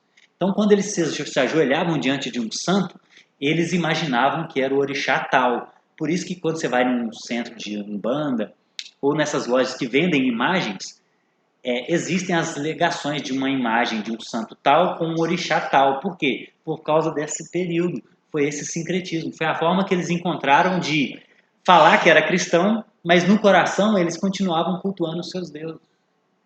Entenderam? Então esse é o problema de evangelizar pela força. A fé não pode ser colocada pela força. Jesus, quando foram coroar Jesus como rei, a força que Jesus fez o quê? Fugir. Por que a fé cristã foi pregada no início, não sobre força, mas sobre perseguição? Porque é o amor que convence, né? Jesus é o amor, Deus é amor, é Ele que convence. Então, as pessoas são mais convencidas de verem alguém morrendo por sua fé do que deixar de morrer por causa da fé do outro. Mas você citou, né, no início que elas eram perseguidas. E elas usaram dessa própria perseguição, o aprendizado, entre aspas, para perseguirem depois. Exatamente. Depois que mudou para Constantino lá, sim, o cristianismo começou a perseguir, em vez de ser perseguido. E aí começou o problema. Por quê? Porque surgem falsos cristãos. Os cristãos eram a minoria no Império Romano? Eram, mas eram de verdade. E o que a gente tem hoje no Brasil? Um mar de cristãos, católicos e protestantes, mas um mar de um palmo de profundidade. Pessoas que muitas delas não são cristãs de verdade. E esse é o maior problema, gente. É melhor não conhecer a verdade, a Bíblia já diz isso, do que você conhecer e abandonar. Então é melhor a pessoa se dizer fora do que se dizer dentro e não estar dentro. Por quê? Isso gera mais problemas para Jesus. Porque um ateu que faz uma coisa errada não danifica o nome de Jesus. Agora, um cristão que faz uma coisa errada, ele está levando o nome de Jesus. Então ele gera problema para Jesus. Entenderam a diferença? Fazer coisa errada em nome de Deus é muito mais problemático do que um pagão fazer uma coisa errada. E aí, gente, a gente parece que esqueceu onde está o mandamento de amar os nossos inimigos. Onde que está, quando a Bíblia fala sobre disciplina eclesiástica, todos esses textos aqui, inclusive o próprio Jesus falou sobre isso, né? Como tratar um irmão que peca. Tudo aqui, gente, está falando sobre abandonar a comunhão e não matar as pessoas. Então, nós nos perdemos no meio do caminho. E olha o que Paulo termina esse texto aqui, de 2 Tessalonicenses, falando, olha, todavia não considerem essas pessoas por inimigo, mas adverti-o como irmão. Então, nós esquecemos como devemos tratar, mesmo os hereges, mesmo aquelas pessoas que são os nossos inimigos. O herege é um problema? É. Mas Jesus falou que a gente tem que amar até as pessoas que nos perseguem. Quem dirá aquelas que apenas estão falando heresia? O amor é para todos, né? Principalmente pelos inimigos. E os hereges, eles são nossos inimigos num sentido de ideias, mas eles não estão perseguindo a nossa vida. Mas mesmo quem persegue a nossa vida, nós temos que amá-los. Então a gente esqueceu como que faz as coisas e tivemos mais esse problema ao longo da história. O nosso compromisso, gente, é com Jesus e não com pessoas, não com instituições. Então, muito cuidado ao defender, isso é muito comum, pessoas defendendo padres ou católicos defendendo a Inquisição porque tem um compromisso com a instituição, e muitos cristãos também, na Reforma, no módulo 2, nós vamos ver, os protestantes mataram muitos anabatistas, por exemplo, e muitos protestantes passam pano. Então, assim, é um problema, gente. Nós não defendemos instituições ou pessoas. Nós defendemos Jesus, a verdade. É Ele que nós vamos prestar contas. Então, nós não temos que defender uma instituição católica ou protestante. Nós temos que... A nossa referência é a Bíblia. Ela é o nosso critério de verdade. Então, se os papas ou os protestantes mataram em nome de Deus, está errado. A gente não tem que defender, porque é a nossa tradição religiosa. A gente precisa voltar à verdade da Bíblia. Essa é a nossa missão, a grande missão hoje. E aí a gente tem mais um cisma, gente. O cisma do Ocidente. Aquele lá era o cisma do Oriente. As igrejas se separaram. Aqui é um cisma dentro do papado. Então é um cisma... Está vendo como que as coisas vão piorando? Por isso que o texto lá, o que estava aqui, o texto da chamada da outra aula era paz e declínio. Por quê? Porque biblicamente, teologicamente, foi um declínio muito grande nessa época. Tiveram outros avanços que eu já falei, mas teologicamente foi um declínio muito grande. Então, gente, esse cisma do Ocidente aqui foi o seguinte: 2 papas foram eleitos ao mesmo tempo, pelo mesmo corpo clérigo. O Papa Urbano VI de Roma foi eleito, só que ele teve alguma desavença com os clérigos, e os clérigos fizeram um novo julgamento, um novo, hoje chama conclave, né? E elegeram um novo Papa, Clemente VIII, com capital em Avignon, na França, e o Papa Urbano VI em Roma, capital em Roma. Então, dentro do catolicismo romano, houve essa divisão. E aí várias nações tiveram que escolher qual Papa elas iam se submeter, e houve uma divisão. Algumas nações se submeteram ao Papa de Roma, outras ao Papa que estava na França. Então foi mais uma divisão, mais uma expressão da corrupção que estava dentro da igreja nesse período. E aí outro problema foram os impostos papais. Tudo isso foi corroborando, foi culminando uma bola de neve para minar a autoridade da igreja, que vai culminar na reforma. Então tudo isso aqui, gente, é uma bola de neve que foi piorando, As pessoas de dentro foram vendo problemas, começaram a surgir movimentos de reforma, as pessoas de fora começaram a ver problemas também. Então a fé cristã começou a ser vista de uma forma negativa. Por isso veio o renascimento depois. As pessoas quiseram se desvencilhar da religião. Foi por causa de todo esse processo histórico. Gente, se com um papa já era oneroso para a população manter o império papal, com 2 papas dobrou o custo. Então, os papas já tinham 6 fontes de renda. Os papas tinham renda das suas propriedades, né, que a igreja tinha propriedades. Os papas tinham renda dos dízimos, que eram pagos pelos fiéis, da anata, que era o primeiro salário do ano que eles recebiam. Eles tinham direito de suprimento, que era pago pelos clérigos. Quando o Papa ia para uma região, na França, por exemplo, os clérigos da França custeavam a visita do Papa. Quando ia para Roma, os clérigos de Roma custeavam. Então, isso tudo era pago pelos clérigos ou pelos fiéis. O Papa tinha direito de espólio, que era o quê? Herança de alguém do alto clero quando morria. Então, quando alguém do alto clero morria, o Papa tinha direito à herança. Eles tinham direito do dinheiro de Pedro, que era pago pelos leigos anualmente. Aqui eu não dividi, aqui é o 6º e aqui é o 7º. Fora outras taxas que tinham. E aí, nessa época, aumentaram ainda por causa do quê? Das indulgências. Vocês já ouviram falar em indulgência? O que era indulgência? Era um papel que o Papa assinava, que uma pessoa comprava a salvação. Isso era indulgência. Então, isso tornou-se muito comum e muito mais agressivo nesse momento, porque a igreja estava sendo questionada, tanto por dentro quanto por fora. Então eles se viram em perigo, né? A nossa autoridade está sendo minada. Então começou-se isso aqui é um castelo do Papa em Avignon. Olha o castelo. Isso aqui é uma carruagem papal. Então o custo era muito alto, precisava de muito dinheiro. Então nessa época eles começaram a querer reformar a visão católica romana, e aí o Papa Leão X queria reformar a igreja, a Basílica de São Pedro. E aí ele começou a cobrar mais indulgências. Isso que vai culminar na Reforma Protestante. Porque aqui já estava começando a surgir o Iluminismo, o Renascimento, aquela volta para as artes. Então ele queria enfeitar a igreja, colocar ouro.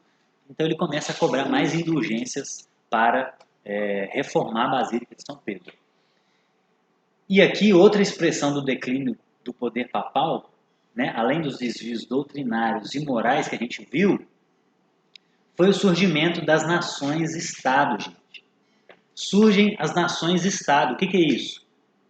Grupos começam a olhar e falar assim, não, a gente não quer alguém dominando sobre nós. Nós temos as nossas regras, as nossas leis. Então a gente quer ser uma nação aqui, fechada com o nosso rei. A gente não quer o domínio do Papa sobre tudo. A gente não quer um imperador sobre tudo. Começa a fragmentar. Isso é uma visão moderna. Aí vão surgir os estados modernos, né? Os reinos modernos, os países modernos. França, os francos formam a França, os ingleses, aí vai surgindo as nações. Surgem as classes médias, comerciantes. A igreja condenava muito os juros. Então essa classe média começava a olhar para a igreja e começa a falar o seguinte, não, eles prejudicam o nosso comércio. A gente não pode cobrar juros, como é que a gente vai desenvolver o nosso dinheiro? Então a igreja começa a perder muita visão de lado de fora também por causa dessas questões políticas. Fora isso, houve fome, peste negra, guerra dos 100 anos. Tudo isso gera nas pessoas uma fome por mudança. Então isso aqui são mais questões externas. Mas da questão doutrinária, isso aqui é um resumo de tudo que foi acontecendo ao longo da Idade Média. Oração pelos mortos no ano 300, a veneração aos anjos, aos mortos e às imagens em 375, o título de Mãe de Deus no Concílio de Éfeso em 431. Aqui ficou ruim. As vestes distintas dos sacerdotes no ano 500. Então tudo isso aqui foram mudanças que foram acontecendo ao longo da Idade Média que fez com que os cristãos começassem a ver os problemas da igreja. E todas essas mudanças externas começou a perder credibilidade da sociedade como um todo. Aqui, ó, oração a Maria no ano 600, no ano 607, o título de Papa como Bispo Universal, como a gente viu na última aula, o culto à cruz, as imagens e as relíquias no século VIII, canonização dos santos no século X. Então, assim, foram muitos... o celibato no ano 1074, que eu falei, o rosário no ano 1090, a Inquisição no ano 1184, as indulgências no ano 1190, a proibição da Bíblia aos leigos no ano 1229, a finalização da Ave Maria no século XVI, a tradição igual à autoridade da Bíblia no ano 1545, no ano 1854, Maria é tida como imaculada. No ano 1870, surge o dogma da infalibilidade papal. Olha só, no ano de 1870, um papa declarou que ele era infalível. Olha isso, gente. No ano de 1950, Maria é declarada assunta aos céus.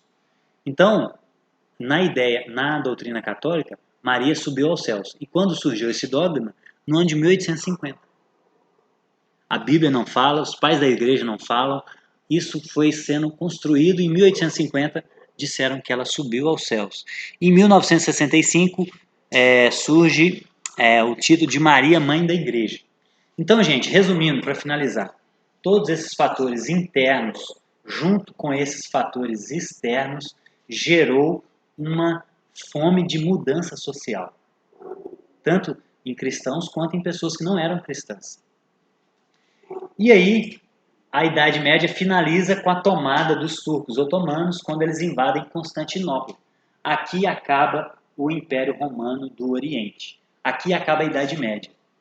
A Idade Média começa com o fim do Império Romano no Ocidente e acaba com o fim do Império Romano no Oriente. E aí surge a Idade Moderna.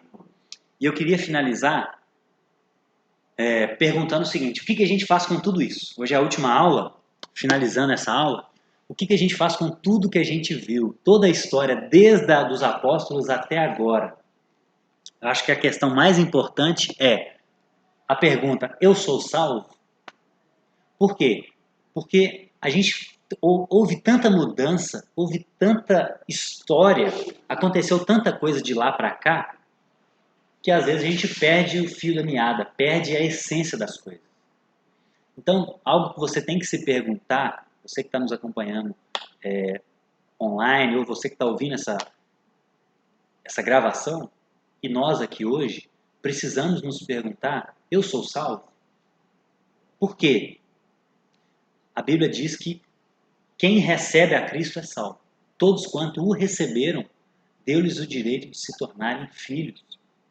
E Paulo fala em Romanos 10 que a salvação ela vem quando a gente confessa Jesus com a nossa boca e crê no coração que ele ressuscitou dos mortos. Aí nós somos salvos. Jesus diz em Marcos 16 que aquele que crê e for batizado será salvo. Então a pergunta é, você é salvo? Você já se entregou a Cristo? Você já confessou com a sua boca que Ele é o seu Salvador? Você já se batizou? Então essa é a pergunta mais importante da vida. Porque às vezes a gente nasce numa tradição religiosa e acha que está salvo. Mas esse é o maior engano, gente. Existe uma diferença de tradição religiosa e salvação. São duas coisas diferentes. Pedro, lá em Lucas 22, ele já estava andando há 3 anos com Jesus. O que Jesus falou para Pedro? Pedro, Satanás pediu a sua alma, eu orei por você, intercedi e você vai ser salvo. Você vai ser livre da morte. Você, quando se converter, cuida das minhas ovelhas. Então, olha só, gente. Pedro já estava andando com Jesus 3 anos. E Jesus fala para ele, quando você se converter. Isso é assustador. Quantos anos nós temos de igreja? Quantos anos? Não tem nada garantido. Será que a gente é convertido de fato? Jesus, em Mateus 7, ele deixou muito claro, gente, que quando ele voltar, muitos cristãos vão dizer, Senhor, eu fiz milagres. Fez muitas coisas maiores que a gente ainda, hein, gente? Eu fiz milagre, eu espantei demônio, eu curei no seu nome. E Jesus vai dizer para essas pessoas o quê? Eu nunca vos conheci. Afasta-se de mim, vocês que praticam a iniquidade. Então, estar num ambiente religioso não significa que nós somos salvos. Isso é muito sério. Isso tem que fazer a gente refletir diariamente. Depois, então, que a gente pensar muito bem sobre isso, e o meu conselho é, se você nunca fez isso, se você nunca confessou, se você nunca se entregou para Jesus, se você nunca se batizou, faça isso o quanto antes. Porque ele disse que voltaria como um ladrão na noite. E se ele voltar agora, você estaria salvo? Ou você seria considerado como os bodes que Jesus falou? Ou você será considerado uma ovelha?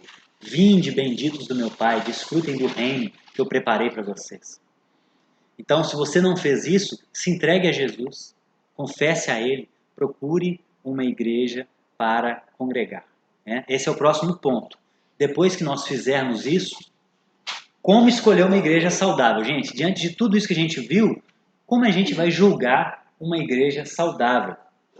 E eu acho que 3 princípios têm que estar presentes numa igreja saudável. Depois de estudar tanta história da igreja, e no final do segundo módulo vai ficar mais claro ainda, porque nós vamos ver os problemas da modernidade, os problemas que o protestantismo encara. Aqui a gente focou na igreja católica porque é a Idade Média, mas a próximo módulo nós vamos ver os problemas da igreja protestante.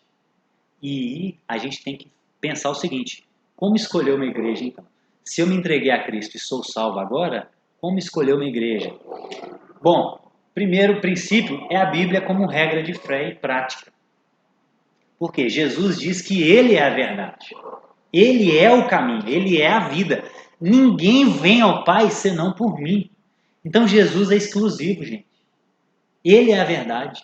Ele é o nosso critério de verdade. E ele falou também que o Antigo Testamento era a verdade. Então, a Bíblia é a coisa mais confiável, é o critério mais confiável para a gente julgar as coisas sobre fé e prática. Olha o que Paulo fala lá em Gálatas. Ainda que nós, ou mesmo um anjo do céu, vos pregue um evangelho que vá além do que temos pregado, seja amaldiçoado. Então o próprio Paulo está falando o seguinte, mesmo que eu pregue um outro evangelho, isso tem que ser amaldiçoado. Porque só existe um evangelho, só existe uma verdade. Não existem outras. E qual é o critério para a gente saber a verdade? O que está escrito. É o que mais, além de ser teologicamente mais coerente, é historicamente mais confiável, né, do que a tradição oral. Segundo princípio, gente, princípio de descentralização de poder. A gente viu o que o poder faz com as pessoas ao longo da história. E ao longo da história protestante, nós vamos ver a mesma coisa acontecendo. Essas mega igrejas que tentam manipular a fé das pessoas. É o mesmo princípio. Não estuda a Bíblia nessas igrejas, não estudam a Bíblia. É o mesmo princípio. Por quê? Para dominar pessoas leigas é muito mais fácil. É muito mais fácil ter uma pessoa que fala em nome de todos. É muito mais fácil. Isso acontece hoje também nas igrejas protestantes. Então, a igreja católica até hoje são chamados de eleitos. Então, exatamente. E Pedro vai dizer que nós somos um sacerdócio real. Ou seja, todos nós somos sacerdotes. Todo cristão é responsável. Num culto, por exemplo, todo cristão é responsável pelo culto, de trazer uma exortação, de trazer uma oração. Por isso que a gente tenta fazer um culto mais participativo, né? Então, gente, o que Jesus falou? Os reis, uns vão dominar sobre os outros, mas no meio de vocês não será assim. O maior seja como o menor, e o maior seja o que mais serve. Então, no reino de Deus, não existe poder centralizador.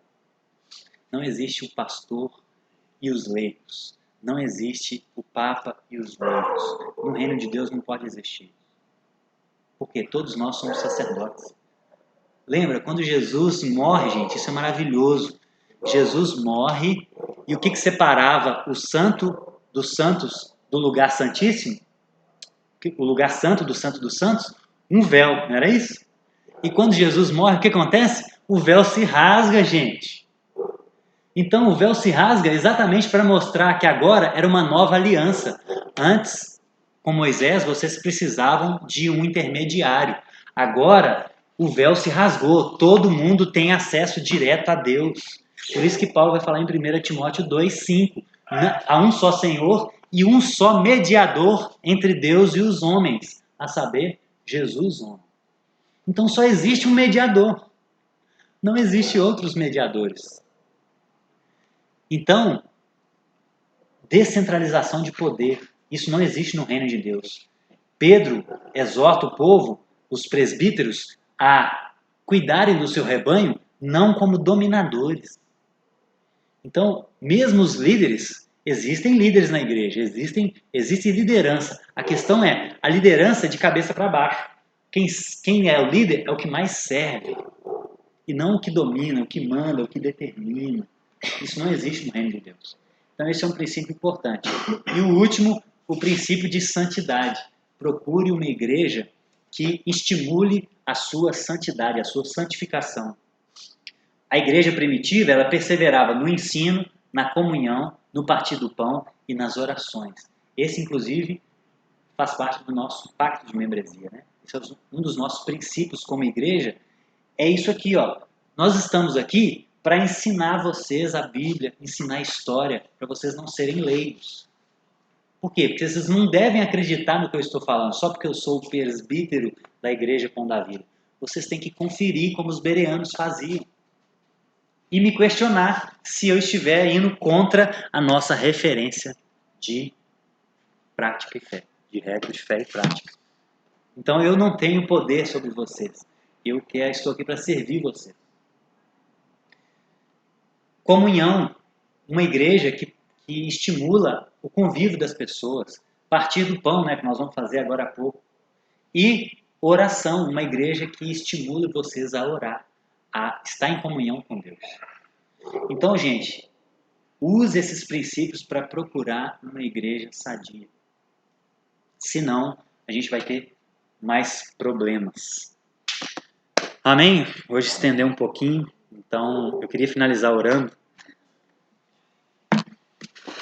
Se você está nos ouvindo aí, feche seus olhos e vamos orar. Senhor, nós te agradecemos pela finalização desse momento, te agradecemos pela oportunidade de termos acesso à Bíblia, Pai, isso é valioso. Muitos cristãos hoje não têm, estão sendo perseguidos por isso. E às vezes não damos valor e não lemos a nossa Bíblia como deveríamos. Te agradecemos por isso e agradecemos a oportunidade de estudar até aqui a história da sua igreja e aprender com os erros e tentar replicar os acertos que foram feitos até aqui, Paizinho.